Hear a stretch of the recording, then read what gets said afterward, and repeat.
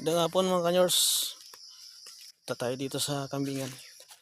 Tingnan natin dito si Wingwing na nagpapakain ng kambing. Kumuha siya ng kumpay. Yeah. Lagi si Wingwing. Kaon kambing.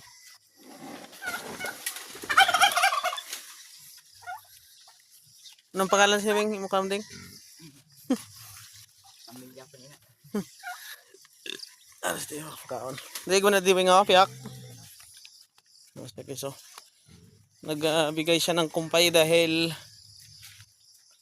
maulan. Hindi natin naipalabas ngayong hapon. Ayan. Ito yung masipag na farm boy natin. Si Wingwing. Shout out ni Wing. Sino mo nubya? Ay, shout out yan kay Tata. No, shout out mo. Kay Banang Roti. Yan, shout out. Ano na, vlogger na si Wingwing. Minsan may sugat pa yung paa niya. Mandiskrasya sa motor kay na ano sa aso. Yan. Okay na, all goods na. Nakakain na yung ating mga itik. Yung manok. Yung pabo. Yung baboy natin, okay na rin. Yung kalabaw nakatali na doon. Doon na yung kalabaw. So, busog na sila kasi pag ano to maingay, pag gutom. Busog na yan. Tapos lang, dali lang yung trabaho dito kapag ano na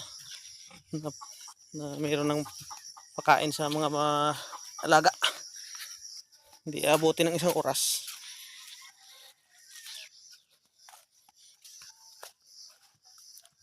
Kakatuwa naman dahil Pasko.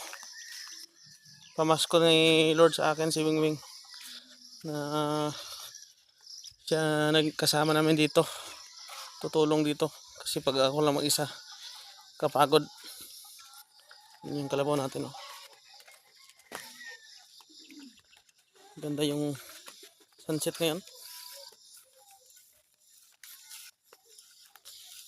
Yan, oh. Kalabaw natin. Ganda ng clouds at saka yung reflection ng sunset. Naka-relax yung view dito sa Lucas Mini Farm.